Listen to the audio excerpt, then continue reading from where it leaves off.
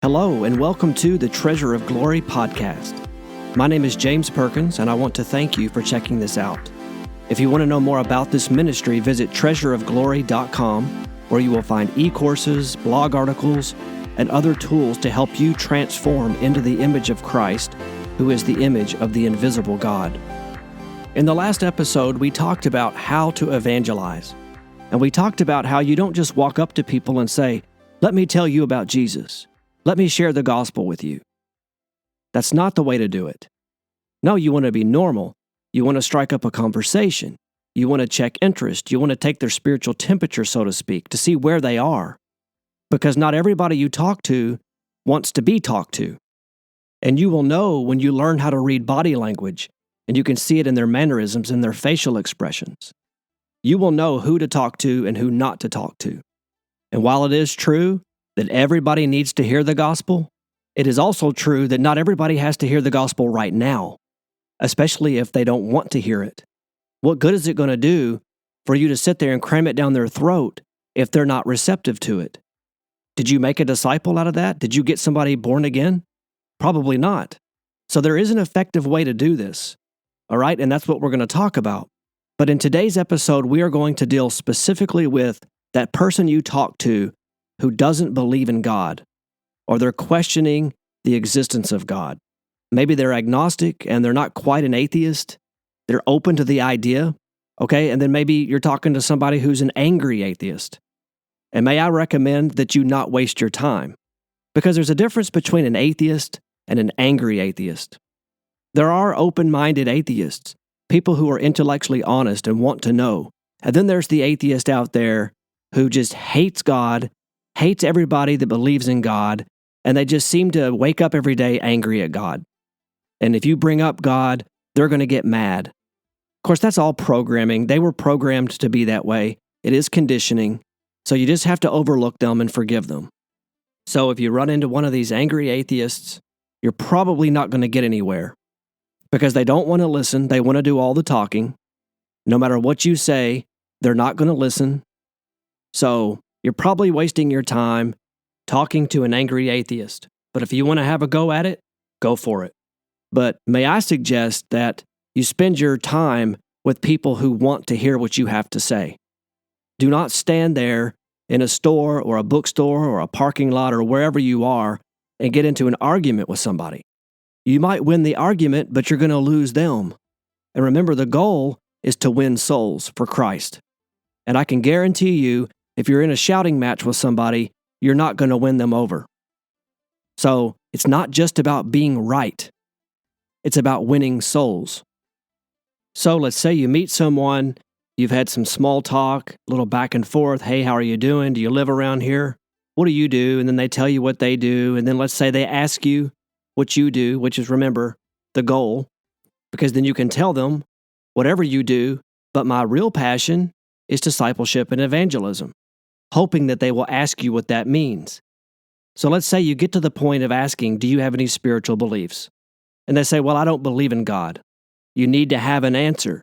If you just stand there like a deer in headlights, they're going to be like, aha, gotcha. So if you have a response ready and you know where you're going to take the conversation, you may be able to get this person to see that maybe there is a creator. Now, they may not be ready to become a Christian, but if you can at least get them to see the possibility that there is an intelligent being out there that created all of this, you're that much closer to presenting the gospel to them. But you first have to address this issue. God, do you believe in God? And they say, no, I don't. Now, how are you going to engage with them? As I mentioned previously in the last episode, I usually come at this from two different angles. I usually begin with this question: where did the Big Bang come from? And they're probably going to say, well, we don't know. Or you might find a really sophisticated, smart scientist person who'll say, the quantum vacuum. No problem there. Where did the quantum vacuum come from? Well, we're not really sure. Okay, well then let me ask you this question, Mr. Atheist. Of course, you're not going to say it like that. Okay, but you ask them, so you believe in the scientific impossibility that nothing created everything? And they'll probably say something like, well, we don't know what it was, so I wouldn't say that it was nothing. And then you can simply say, well, if you don't know what it was, will you consider the possibility at least that it was a creator?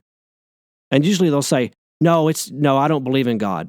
Well, but you just said you don't know what caused the Big Bang or where it came from. So how can you say there is no God? Is it possible that it was God that did it? Now, if they're intellectually honest, they'll say, well, it's possible, I suppose. Or again, you'll have that angry atheist who's going to say, no, not possible. There is no God. I don't know. I don't care where we came from, but I know one thing for sure. There was not a God. Oh, well, that's very scientific. Just rule out that possibility. I thought scientists considered all possibilities, even the ones that they don't want. Isn't it about finding the answers regardless of what we want the answer to be? Isn't that what science is? So where I take the conversation from here, since we're talking about the Big Bang, I ask them, you would agree, right, that nothing goes bang without information telling it when to go bang, where to go bang, how to go bang, and what's going to go bang. You would agree, right, that information has to be present for that to take place. Well, yeah.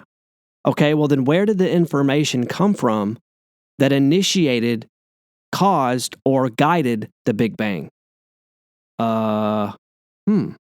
See, that's something they probably haven't thought about before. See, where I'm going with this is when you ask atheists where we came from, they act like it's a satisfactory answer to say the Big Bang, or the quantum vacuum, or even a multiverse. Well, that's not a satisfactory answer because what came before that? And what came before that? And what came before that? See, you've got to take them to a time before time, a time before space, take them back in time when there was absolutely nothing. And I mean nothing, because a quantum vacuum is not nothing. So you've got to get them to understand that there was a time, if you want to even call it time, when there was absolutely nothing, not even time. And then ask them, where did the information come from out of this nothingness that created everything? And they'll say, well, I don't know. And then you say, well, is it possible that a creator did it? Is it just possible? And then hopefully, if they're intellectually honest enough with themselves and with you, they'll say, yes, it is possible. And depending on the person, this may be a major victory. For them to even admit the possibility of a creator, you may have won a major battle. Because maybe before they talk to you, they never even considered the possibility. Now, they may not be ready to be a Christian, but at least they're considering the possibility, or internally they're thinking about things. Because that does make a lot of sense, right? Where did the information come from that preceded everything? The Big Bang, the multiverse, or whatever you want to call it. Because information precedes matter and energy. You don't have matter and energy without information. And what came before the information? Mind. And that mind is God. God is the beginning of it all. It all came from Him. He is the source of the information. So they may or may not believe in God when you get done with them, but there is one more thing you can bring up that is pretty hard to beat, and that is the question of life. Where did life originate? And now usually they'll say something, well, complex life forms evolved from simpler life forms. Well, that doesn't answer the question, where did the simpler life forms come from? We want to know, where did life come from originally? And even more specifically, where did the information come from that preceded all life? The first cell, the first atom. Where did the information come from that preceded all of that? As a creationist, I believe the same source of information that brought about the Big Bang brought about life. Of course, that source of information is God, the Creator. And they may say something like, well, we believe that life formed in this cosmic ooze, lightning struck this little pool of molecules, or maybe an asteroid hit the planet, or whatever. Again, that doesn't answer the question where it came from, because all of that came from information.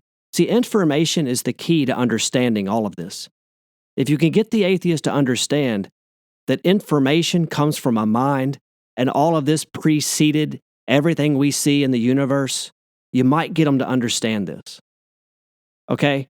So it's the question of where did the information come from? Whether it was in the lightning or an asteroid or a Martian came to Earth from Mars or whatever ridiculous theory people have these days. But again, the key is where did the information come from? And for a creationist, the source of information is God. Whether it's life or the Big Bang, God was the source of information. He was the mind that all of it came from. See, life to the creationist is actually even more complex than matter and energy, because life seems to have sprung up from matter and energy. How did life emerge from non-living atoms and molecules? How did the atoms and molecules come alive? Look at a book. It doesn't think. It doesn't get up and walk. It doesn't have willpower. It just sits there. It has no life in it. But how did inanimate matter organize itself and then contemplate itself? Did chance and time really give rise to complex biological machines that are far superior to anything humans have ever been able to make? I don't think so. But that's what the atheist believes, that time and chance did it. And I don't think that's an adequate answer. The atheist seems to be satisfied with only asking how you get new forms of life from pre-existing forms of life, or how more complex life forms evolve from simpler life forms. They seem to never want to explain where life came from to begin with. They are so sure that everything evolved from simpler life forms, but they admittedly have no clue where these simpler forms of life came from. So they just say that time and chance is all you need, as if enough time just makes anything possible. Well, that's not true. I can give you an eternity, but that's never going to form a replicating cell without intelligence or information causing it to happen. If you just have eternity, but you have nothing there to form a protein is not going to form. You have to have the right ingredients. So it isn't just time and chance. It's time plus information plus the right ingredients. But without the information, you can have the right ingredients, but nothing's still going to form. And you're going to see what I'm talking about, because proteins are very complex chains of amino acids, and things have to be linked up just right. And there's no way chance could cause all of this to happen.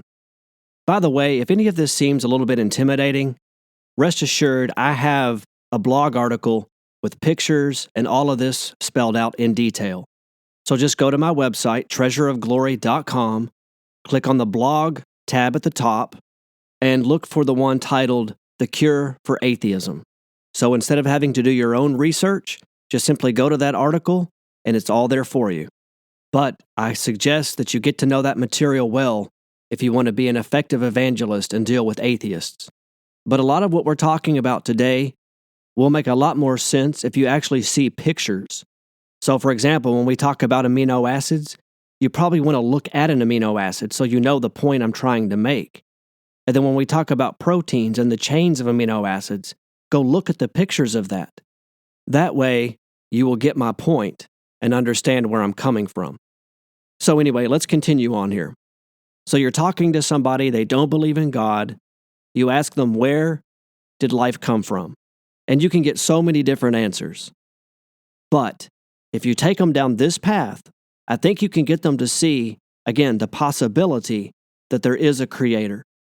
So just like you asked previously, where did the information come from that preceded the Big Bang? You can ask them, where did the information come from that preceded the first cell, the first protein, or the first amino acid? There's a very big chance that they're not going to know anything about what you just said. They've probably heard of amino acids, but what is an amino acid? They've heard of proteins, but they probably don't know the intricate details of amino acids and proteins. So you're going to have to explain it. And you're probably not going to have pictures around unless you have your phone and you've got the time to actually pull something up on Google and show them. But even if you don't show them a picture, you can still talk about this stuff. They can think about it visually if you explain it the right way. So you again ask them, where did the information come from that preceded the first amino acid?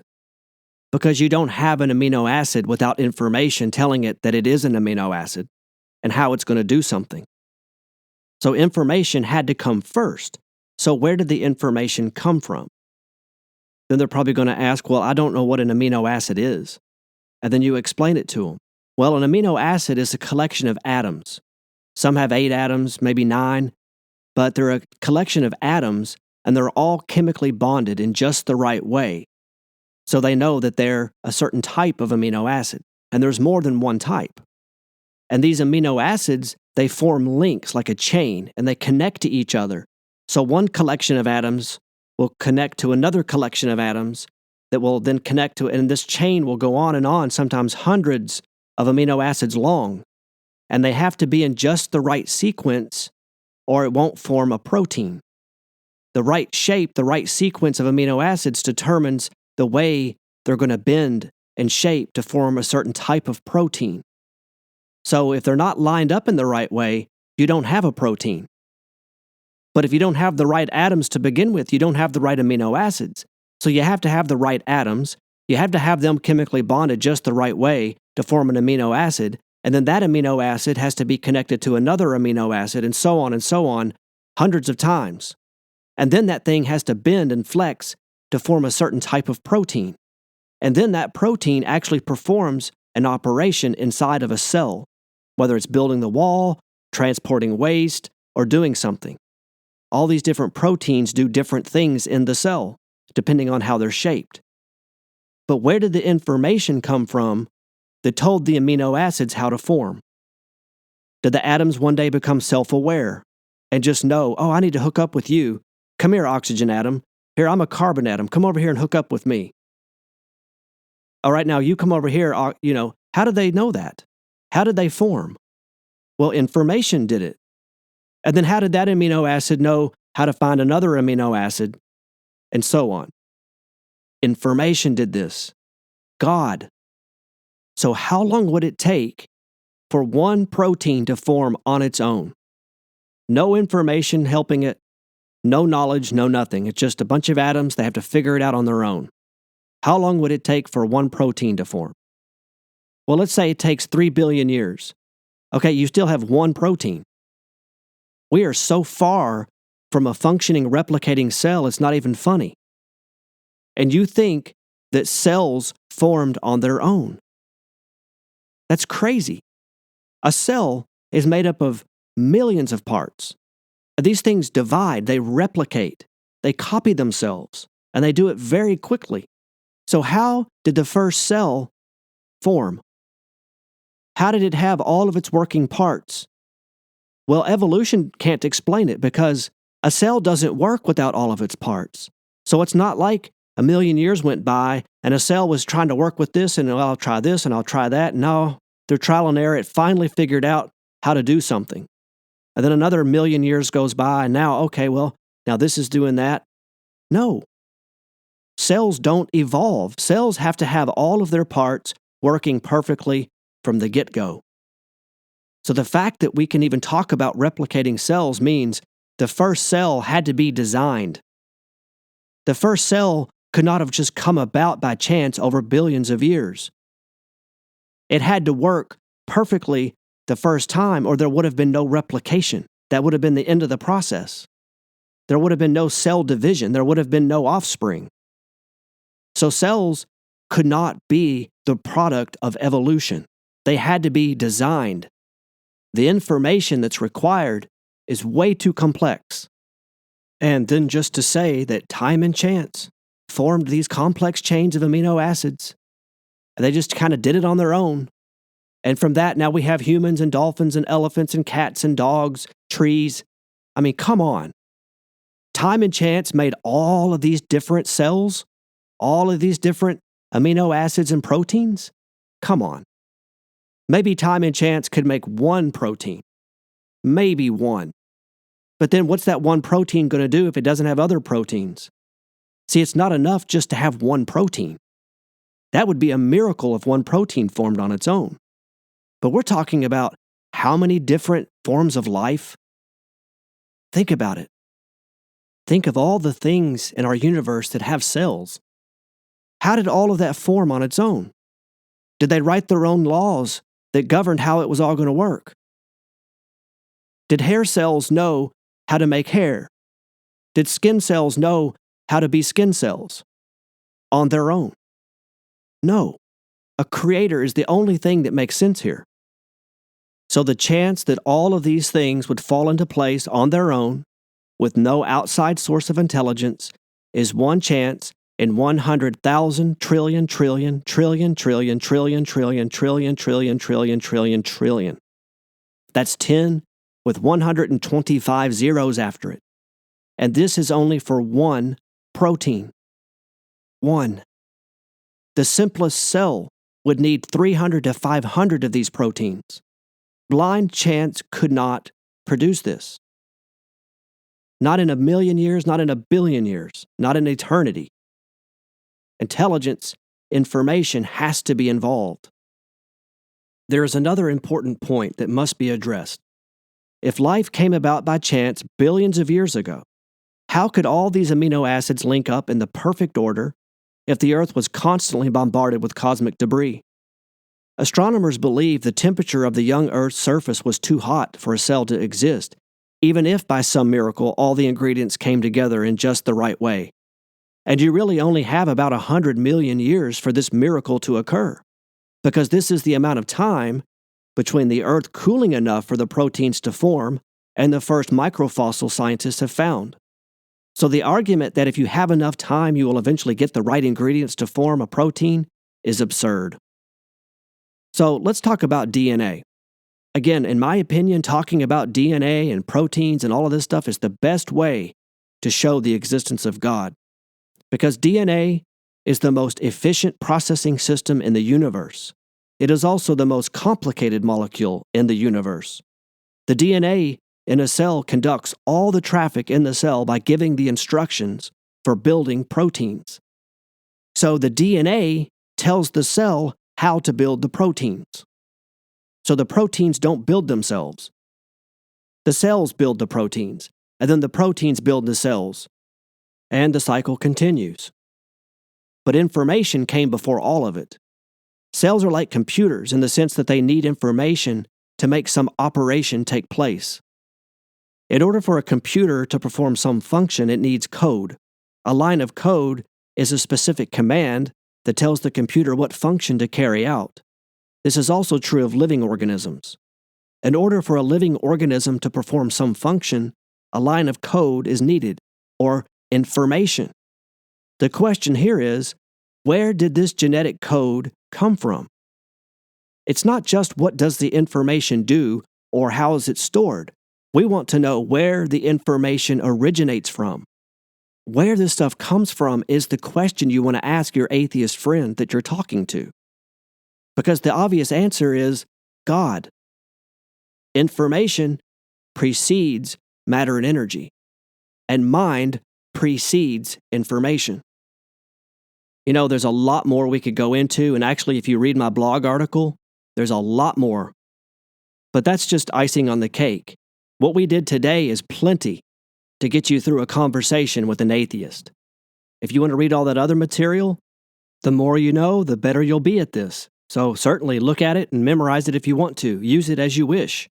But what we have today is sufficient to get you through most situations with an atheist. So just to quickly recap, you're dealing with information. You're trying to get this person to see that the source of information that brought about the Big Bang or brought about the first amino acid or replicating cell, DNA, the information that preceded that is the ultimate question. Because information precedes matter and energy and time. And mind precedes information. And mind comes from a person. And that person is God. Now, I know we talked about a lot of stuff today. You're probably going to want to listen to this over and over again and read my blog article over and over again. Look at the pictures. Think about this stuff. Meditate on this stuff. But I promise, once you get it, and once you see visually how this all works, you'll be able to talk to an atheist anywhere, anytime. Like, bring it on. But remember, anytime you do this stuff, you do it in a spirit of love. Remember, you're not trying to win an argument, you're trying to win a soul. And you have to do it with the love of God. All right, God bless, and I'll see you in the next episode.